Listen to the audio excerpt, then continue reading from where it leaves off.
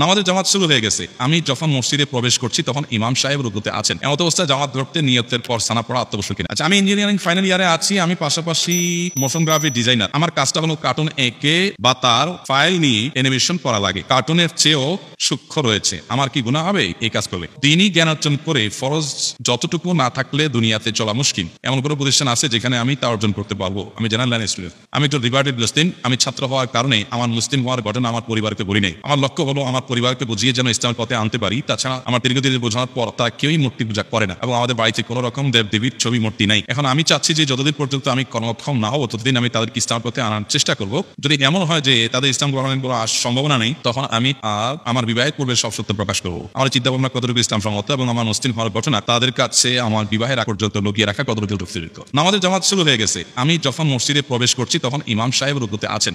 এমত অবস্থায় জামাত ধরতে নিয়তের পর সানা পড়া অত্যাবশ্যক কিনা? না। ইমাম সাহেব রুকুতে চলে গেছেন, আপনি আসেন। এখন আপনি সানা পড়া দিলে নামাজ শেষ হয়ে যাবে। আপনি আল্লাহু আকবার বলে তাকবীরে তাহরিমার নিয়তটা আগে করবেন, এরপর আল্লাহু আকবার বলে রুকুতে যাবেন। আর যে একটা তাকবীরও পড়েন কিন্তু সেটা তাহরিমার নিয়ত হইতে হবে। এখানে একটা সূক্ষ্ম ভুল আছে। ইমাম সাহেব রুকুতে আছে, আপনি আসছেন, এসে এখন আপনি আল্লাহু আকবার বলছেন, এটা কোন আল্লাহু আকবার নিয়ত হবে? আপনি এখন ডাইরেক্ট রুকুতে যাবেন মনে করেন, তাকবীর বেঁধে রুকুতে চলে যাবেন, কারণ ইমাম সাহেব রুকুতে আছে, উঠে যাবে। তা আপনি রুকুতে চলে যাচ্ছেন, এই তাকবীরটা কোন তাকবীর নিয়ত করতে হয়? রুকুর না তাকবীরে তাহরিমা? যদি কেউ রুকুর নিয়ত করে তার নামাজই হবে না, নামাজ হবেই না, কারণ তাকবীরে তাহরিমা করাটা কি ফরজ, ফরজে ছুটে গেছে। অতএব আপনি আল্লাহু আকবার দুইটা দিবেন, আল্লাহু আকবার তাকবীরে তাহরিমা, এরপর আল্লাহু আকবার হলো রুকু। যদি আপনি একটা দেন তাহলে সেটা তাকবীরে তাহরিমা হবে প্রথমটা, রুকুরটা বাদ, কারণ রুকুর তাকবীর সুন্নাত। কথা কি বুঝতে পারছি? অনেকে আল্লাহু আকবার রুকুর নিয়ত করে ডাইরেক্ট রুকুতে চলে যায়, নিয়তই হলো রুকুর তাকবীর, তাহলে তার নামাজই হবে না, কারণ সে তাহরিমাই বাদে নেই। আচ্ছা, আমি ইঞ্জিনিয়ারিং ফাইনাল ইয়ারে আছি। আমি পাশাপাশি মোশন গ্রাফিক ডিজাইনার। আমার কাজটা হলো কার্টুন এঁকে বা তার ফাইল নিয়ে অ্যানিমেশন করা লাগে। কার্টুনের চেয়েও সূক্ষ্ম রয়েছে। আমার কি গুনাহ হবে এই কাজ করলে? এটা নিয়ে সময় নিয়ে আলোচনা করতে হবে। অ্যানিমেশন আপনি কী ধরনের করছেন, কার্টুন করা জায়েজ আছে কি না? সাধারণত তো কোনো প্রাণীর ছবি অঙ্কন করা, ভাস্কর্য তৈরি করা হারাম ইসলামে।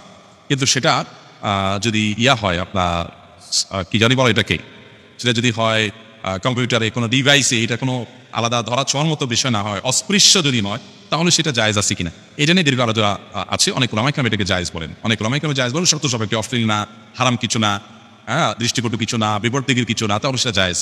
আবার অনেক উলামায়ে কেরাম মানে সাধারণভাবে যে ছবি অঙ্কন করা না জায়েজ বলে, সেই হিসাবে এটাকেও না জায়েজ বলেন। তবে যদি আপনার হারাম কোনো কিছু না থাকে, শর্ত সাপেক্ষে, সেটা জায়েজ মতাই অগ্রাধিকার গণ্য বলে আমার মনে হয়। এই দলিলগুলো কিন্তু দীর্ঘ আলোচনা করতে পারলে ক্লিয়ার করা যেত, বাকি আমরা সংক্ষেপে সাথে একটু বললাম। এবার প্রশ্ন হলো, দিনই জ্ঞান অর্জন করে ফরজ যতটুকু না থাকলে দুনিয়াতে চলা মুশকিল। এমন কোনো প্রতিষ্ঠান আছে যেখানে আমি তা অর্জন করতে পারবো? আমি general line student. General line student ভাইদের জন্য, দিনই শিক্ষার জন্য অনেকগুলো অনলাইন প্রতিষ্ঠান আছে, আমাদের ডক্টর মঞ্জুরুল তাইব একাডেমি আছে, ডক্টর মুফতার ভাইয়ের কি জানি একটা আছে, তারপরে আব্দুল্লাহ মাসুদ এক তরুণ আলমগীর আছেন মেধাবী, ওনার একটা আছে কি নুরুল কোরআন। তারপর আপনার ইংল্যান্ডের ডক্টর আবদুল আজাদি ভাই, ডক্টর কালাম আজাদ, ওনাদের প্রতিষ্ঠান আছে। ডক্টর বেলাল ফিলিপসের অনলাইন বিশ্ববিদ্যালয়, যারা ইংরেজি ভালো বোঝেন। তারপরে আপনার আমাদের মুফতি জুবাইর ভাইয়ের অনলাইন মাদ্রাসা আছে। এরকম অনেকগুলো অনলাইন প্ল্যাটফর্ম আছে, সেগুলোতে শেখা যেতে পারে। কিন্তু আমি সবসময় বলবো, শুধু অনলাইন নির্ভর জ্ঞান অর্জন করবে না, প্লিজ অফলাইনে যেতে হবে আপনাকে, আমাদের সৌদে যেতে হবে।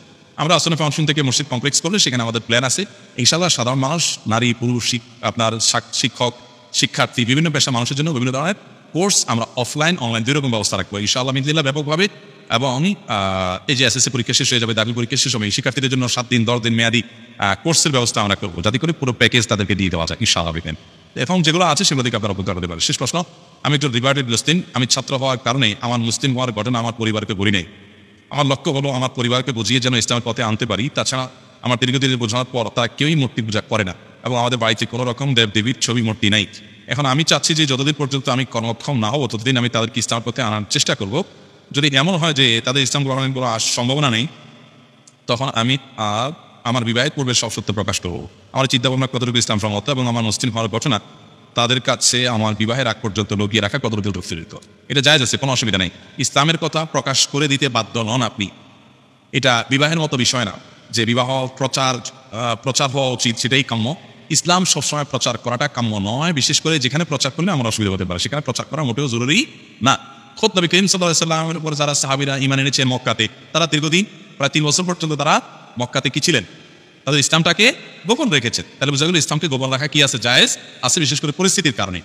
তবে আপনি আপনার ভিতরে ইমানটা পরিপূর্ণ লালন করবেন, আপনার ফরজ ইবাদতগুলো যতটুকু সম্ভব সর্বোচ্চ আপনি চালিয়ে যাওয়ার চেষ্টা করবেন। সেই সাথে আপনার দাওয়াতে তারা আলহামদুলিল্লাহ শিব ছেড়েছে, মূর্তি পূজা ছেড়েছে, এটা অনেক বড় অর্জন আলহামদুলিল্লাহ।